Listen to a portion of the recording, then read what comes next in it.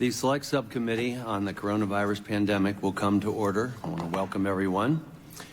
Without objection, the Chair may declare a recess at any time pursuant to Rule 7D of the Committee on Oversight and Accountability at the discretion of Chairman Comer. Is Jordan here today? He's going to.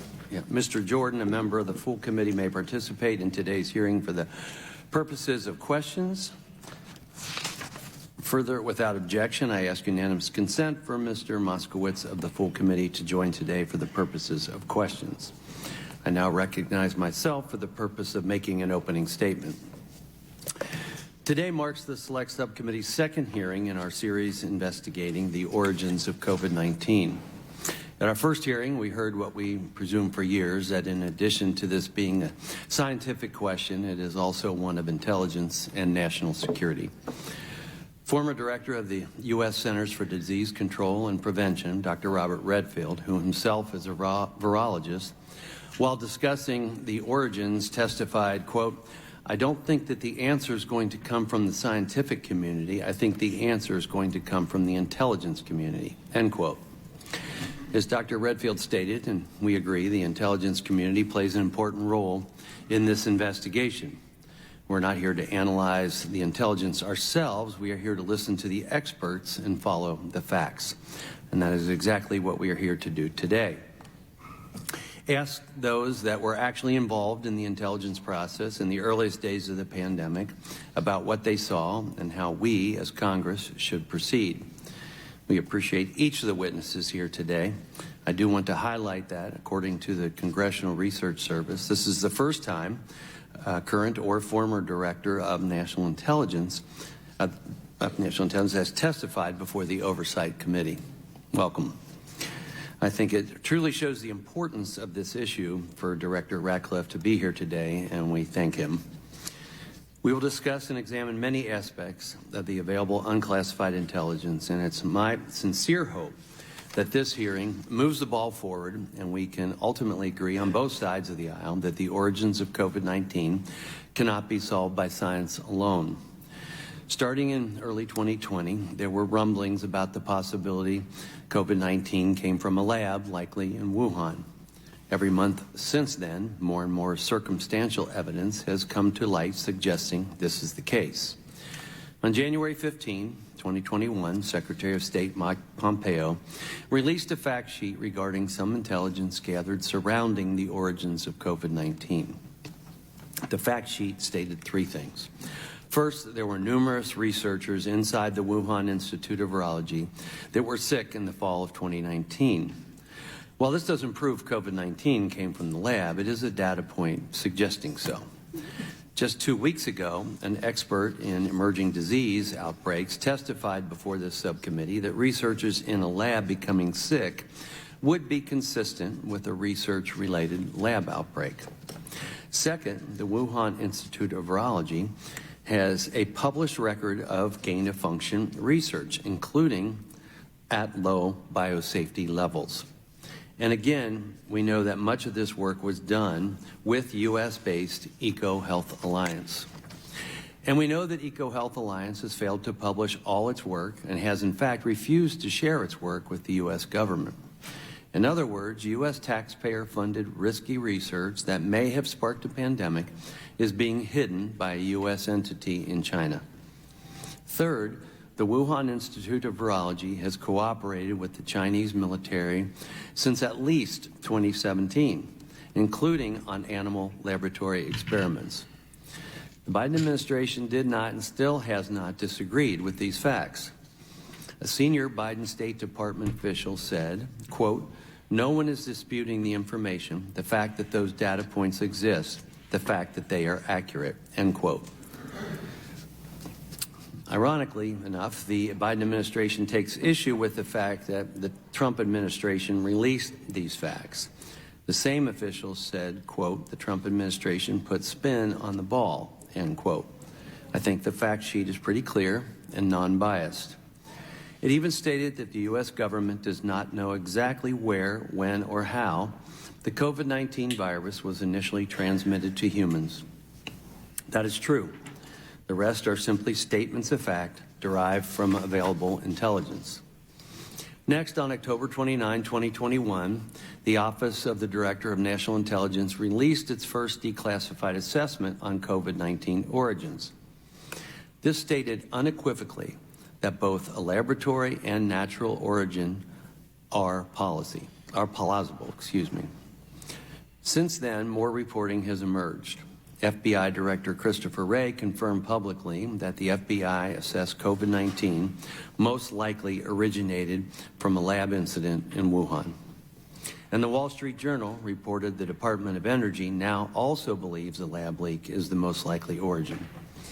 The fact that it is these two agencies is important. The FBI uses experts in biological threats and was reportedly supported by the National Bioforensic Analysis Center, and the Department of Energy used its own Z Division, experts in investigating biological threats. These are both scientific and intelligence experts.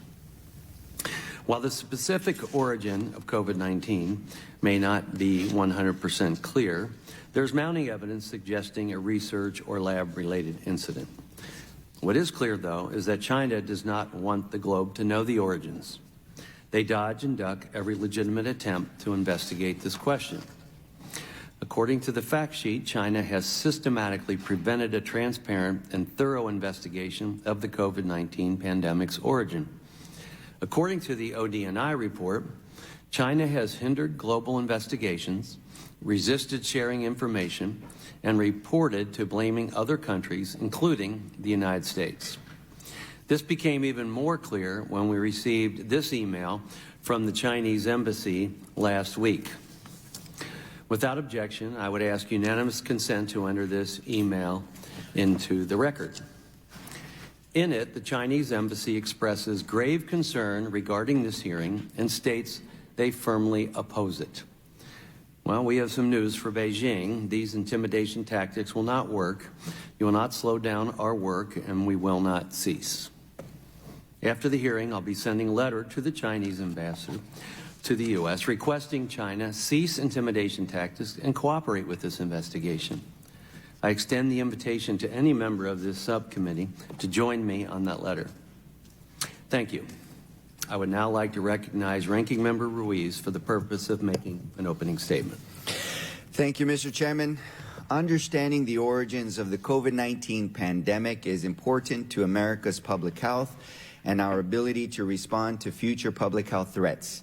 In fact, since the first outbreak of COVID-19, researchers in the scientific community have worked tirelessly to get to the bottom of this very issue, with dozens of studies that have been conducted or are currently underway. And agents in the intelligence community have continued their sweeping assessment of COVID-19's origins. Thanks to President Biden's direction and leadership, we are learning more every day. In May 2021, he directed the intelligence community to evaluate whether the novel coronavirus could have emerged from a laboratory in China, urging our nation's intelligence agencies to do, quote, everything we can to trace the roots of this outbreak. Since then, 2 government agencies have assessed with low and moderate confidence that the virus originated in a lab, while 4 government agencies assess with low confidence that the virus came about through natural transmission. As it stands, there is no consensus. The reports are inconclusive and more research is needed. While our scientists and intelligence communities continue their investigations, it is crucial that we empower them to do so without extreme partisan rhetoric or political biases that cherry-pick evidence to push a partisan political narrative that vilify public health leaders. Our focus as lawmakers should be on developing policies based on current and evolving evidence to prevent and prepare for future pandemics and save lives. To do right by the American people and our public health, we must let our expert communities do their job. And in turn, we must develop policies based on evidence, as inconclusive as it may be at the moment, that will help us prevent the next pandemic no matter which COVID origin theory you believe in. we must also take a deep dive into the barriers to our nation's ability to research the origins of COVID and respond to it. This includes examining how the Chinese Communist Party's refusal to cooperate with international investigations in December 2019 set us back in our pandemic response, and how the Chinese Communist Party's continued spread of misinformation and obfuscation of evidence has hindered our ability to understand both theories of how this virus came to be in the first place. In order to better be prepared for the future, it is crucial that we develop forward-looking domestic and foreign policies that advance American interests, protect our public health, and save lives. This means rejecting the isolationist approach President Trump took under the guise of, quote, America first, unquote, that decimated the State Department, weakened our ability to engage, left a void that rendered America vulnerable to China's growing influence. It also abandoned state-to-state diplomacy, allowed tensions to intensify, and escalated a trade war that fell hardest on American workers. Under this approach, America's public health, economy, and security ultimately paid the price. So now, we must take decisive action to protect our public health, economy, and security from the CCP's growing influence by investing in competition, deepening collaboration with our allies, and furthering the State Department's diplomatic work. That means building on the progress we've made with legislation like the CHIPS and Science Act to invest in innovation so that we can outcompete China in sectors critical to our public health and national defense, and strengthening our supply chain. And that means building on House Democrats and the Biden administration's work to bolster our pandemic preparedness, public health infrastructure, and international and domestic standards for pandemic surveillance to address possible animal transmissions, and biomedical research safety to address possible lab leaks. There is certainly more work to do, and it is my sincere hope that we can pursue this work together on a bipartisan basis. The COVID-19 pandemic has demonstrated how global health security, pandemic preparedness, and national security are linked. And so as we seek to better understand the virus's origins, we must take a scientific and evidence-based approach. As physician and ranking member of this select subcommittee, I take this charge seriously of putting people over politics to protect our public health. We should do this work without the politicization and extreme partisan rhetoric that get in the way of common sense solutions to the public health challenges we face. Let's get to work on forward-looking policies that will prevent and reduce the harm of future viruses and pandemics without vilifying our nation's public health officials. The world is watching what we are doing here today, and it is my hope that we rise to the occasion and that we meet the moment with the integrity that our global health and national security demand. Thank you, Dr. Ruiz. Pursuant to Committee on Oversight and Accountability Rule 9G, the witnesses will please stand and raise their right hands. Do you solemnly swear or affirm that the testimony that you're about to give is the truth, the whole truth, and nothing but the truth, so help you God? Thank you. Please be seated. Let the record show that the witnesses all answered in the affirmative.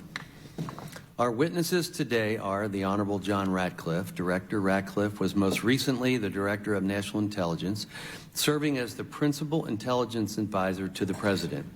Prior to that, he served in Congress and as a member of the House Intelligence, Homeland Security, and Judiciary Committees.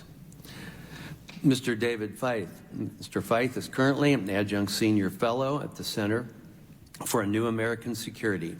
He was previously the Deputy Assistant Secretary of State for East Asian and Pacific Affairs. And Dr. Mark Lowenthal. Dr. Lowenthal previously served as the Assistant Director of Central Intelligence for Analysis and Production, and also as Vice Chairman for Evaluation on the National Intelligence Council. The Select Subcommittee certainly appreciates you all for being here today. We appreciate your service and we look forward to your testimony. Let me remind the witnesses that we have read your written statements and they will appear in full in the hearing record. Please limit your oral statements to 5 minutes. As a reminder, please press the button on the microphone in front of you so that it is on and the members can hear you. When you begin to speak, the light in front of you will turn green. After 4 minutes, the light will turn yellow. When the red light comes on, your 5 minutes has expired, and we would ask that you please wrap up. I now recognize Director Ratcliffe to give an opening statement.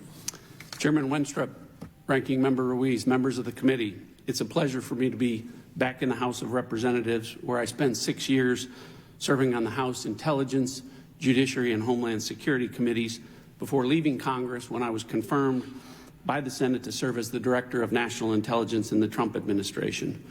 My confirmation was actually the first in-person Senate hearing after the COVID-19 pandemic began, and during it, I promised to ensure that the intelligence community would be laser-focused on getting answers to the virus's origins and spread. What follows is a brief, unclassified overview of what the intelligence community learned and knows, a synopsis of the relevant challenges that I encountered during this effort, and where I believe we must go from here. First, let me state the bottom line up front.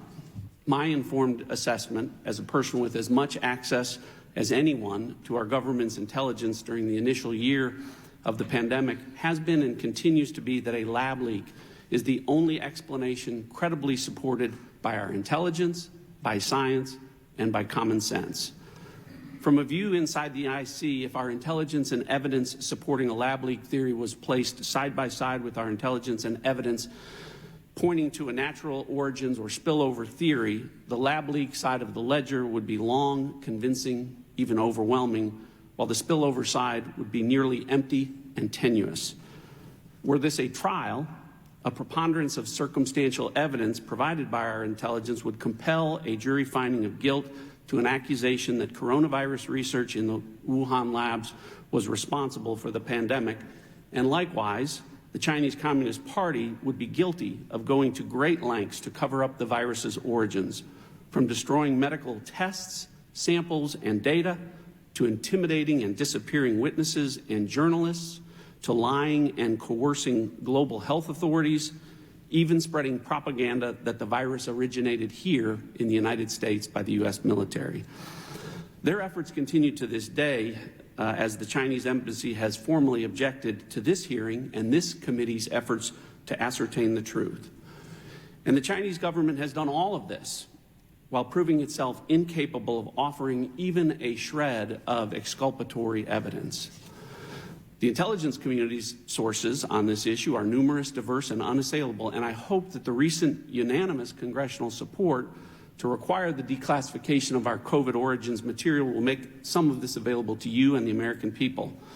Right now, a few of the intelligence community's agencies are publicly assessing that COVID-19 virus originated from a lab leak in Wuhan, and as this shift continues, the day will come when every single agency in the IC will make the same assessment, which begs the question, why have they not to this point? It's a simple and obvious question that does not have a simple answer. The challenges that I and other senior Trump administration officials encountered while in office included legitimate concerns about our closely held sources and methods of intelligence, as well as illegitimate roadblocks that related to professional conflicts of interest and partisan politics. These included the headwinds created when a lab leak assessment was initially labeled falsely and falsely reported with near unanimity as a conspiracy theory by conflicted scientists and by mainstream press, while also being censored as disinformation by social media giants. Internally, national and electoral politics were also influencing the analysis of our intelligence on China within the IC, as reflected in the January 6, 2021 report by the intelligence community's analytic ombudsman. As a career non-political official, the ombudsman found, quote, analysts appeared reluctant to have their analysis on China brought forward because they tend to disagree with the Trump administration's policies, saying, in effect, I don't want our intelligence used to support those policies, end quote. To this day, the CIA, which I believe is unquestionably the world's premier spy agency with an unrivaled capacity to acquire information, has continued to state that it does not have enough information to make any formal assessment. To put it bluntly, I think this is unjustifiable and a reflection not that the agency can't make an assessment with any confidence, but that it won't. Some 3.5 years later, the only plausible assessment the agency could make with any level of confidence is that a virus which killed over 1 million Americans originated in a Chinese lab whose research included work for the Chinese military. And such an assessment would obviously have enormous geopolitical implications that I believe the current administration does not want to face head on. Let me close by saying that I think that the search for the truth should drive where we go from here, and everyone, from our intelligence agencies to members of the administration, to members of Congress, to public health officials, should put politics aside and let our intelligence speak the truth about what happened. Speak the truth to the Americans who deserve that truth, deserve justice, and deserve accountability. And only by seeking truth, justice, and accountability for this pandemic can we achieve the other equally important goal of preventing the next pandemic.